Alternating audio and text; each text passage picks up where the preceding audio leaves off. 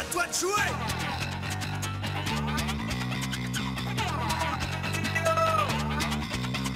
C'est l'heure du... Et bien salut à tous et à tous, c'est Kurzo de la team Final Rising pour une récap de tournoi et une mage du deck héros masqué. Donc on va tout de suite commencer par la récap de tournoi. Donc pour commencer en fait j'ai fait du 3-2, en fait je vais remettre ma carte représentative de toute façon. Du 3-2, donc j'ai affronté un héros masqué que j'ai gagné, un deck guerrier et... Attendez, je réfléchis, c'était quoi? Je sais plus pour le dernier, je crois que c'était encore un héros masqué. Non, un dragon blanc, voilà.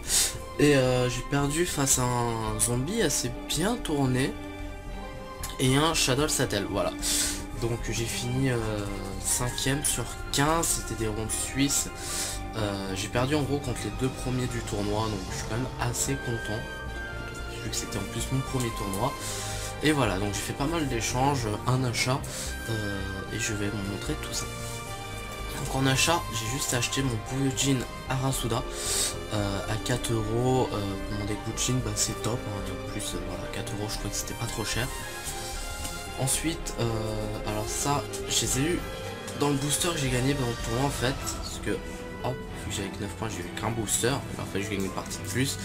Après manque de peau, je peux pas non plus rester bien plus longtemps.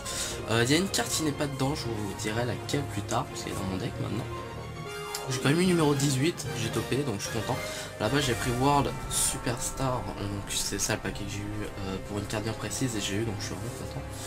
J'ai eu un Cancrola sombre, je change contre un vieux cylindre, voilà. Juste pour, je me suis dit au cas où mettre dans mon side.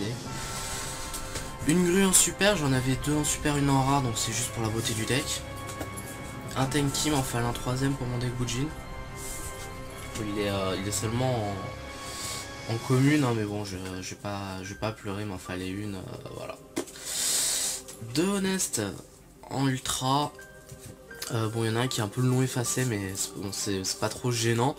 Donc un français, un en anglais, juste voilà, pour la beauté du deck encore. Une Corneille. Un Yamato Gold, bon c'est vrai que sur le coup j'avais pas pensé qu'avec Aporia j'aurais déjà eu mes 3 Yamato. Mais bon, on me l'a... En gros dans l'échange il nous fallait un truc en plus et il y avait rien qui m'intéresse, donc j'ai pris Yamato, voilà. Walou, dans le pire des cas, bah, ça serait changeant. Un Bujin Tei Kaguzuchi.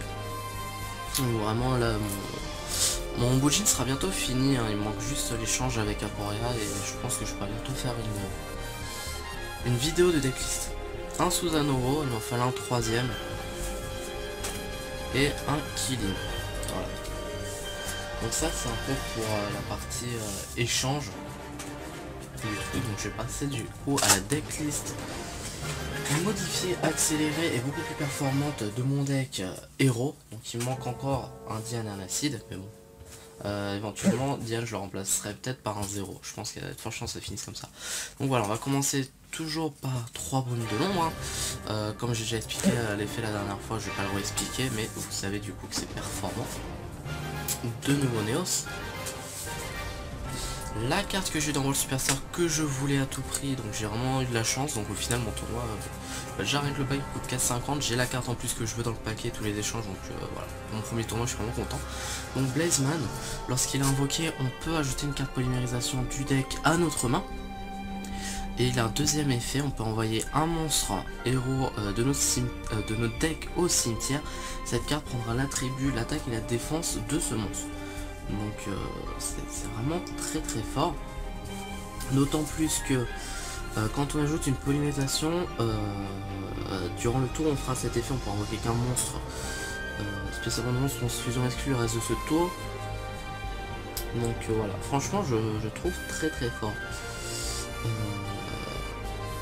Rien à dire. En plus comme ça il prend l'attribut et l'attaque, donc on peut faire des ronds masqués grâce à lui, voilà. Deux Bullman, dont un maintenant qui est en super, pareil j'ai eu à l'échange, donc assez content pour la beauté du deck. Plus qu'un Avian. Deux Goblingberg, toujours hein, très important. Et deux prêtres invocateurs, voilà pour les monstres. Des questions? Non? Voilà, on continue. Ensuite pour les cartes magiques, 3 changements de masque, donc ça c'est toujours entre guillemets la base du deck, on n'y touche pas. 2 changements de masque 2, bon, on va la faire comme ça, 2 changements de forme, 2 chargements de masque. Voilà. Ensuite, là où il y a ici des modifications, donc 3 renforts de l'armée. Et 3 appels de détresse. Pour tout ce qui est tutorisation. Pour vraiment accélérer le deck et ça marche vraiment bien. Une fusion miraculeuse et 2 polymérisations, dont une en super. Bon, celle-là je l'avais depuis longtemps, elle date de Légende du Dragon Blanc.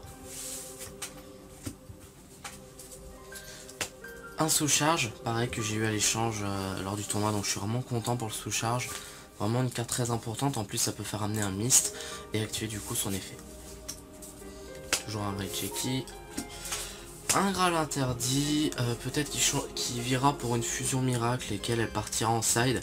Le problème c'est que je l'aime bien dans le main deck pour son effet, donc soit au cas où il donne 400 points d'attaque à un monstre, du coup ça peut donner l'avantage de le détruire, soit il annule les effets d'un monstre en face. Pour ça, un dans le deck je pense que c'est bien à voir pour remplacer par une fusion miracle, pour l'instant je sais pas. Pour les cartes pièges, un warning, un dispositif d'évacuation forcée, un Starlight Rod, force miroir, trappe sans fond, appel de lettre en on va passer du coup maintenant à l'extra deck. Donc nous avons un chaos,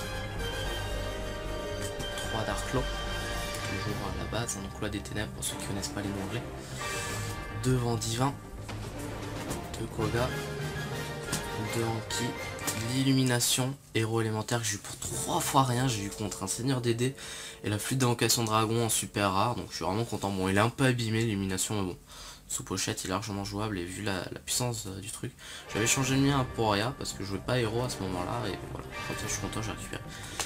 Ma grande tournage, j'en avais vu un en ultra, j'ai pas cherché à l'avoir parce que bon c'est vrai que pour la beauté du deck, mais après c'est vrai que je joue jamais grande tornade ou quasiment jamais. Stardust toujours pour le Starlight Road et Résident des Abysses et Maestro Key, génie de la symphonie. Donc voilà pour la partie présentation de deck. Donc j'espère en tout cas que si vous avez fait des sneak peek ou si vous avez fait des tournois ce samedi 9 mai, bah, que ça s'est bien passé. Et sur ce, ciao tout le monde.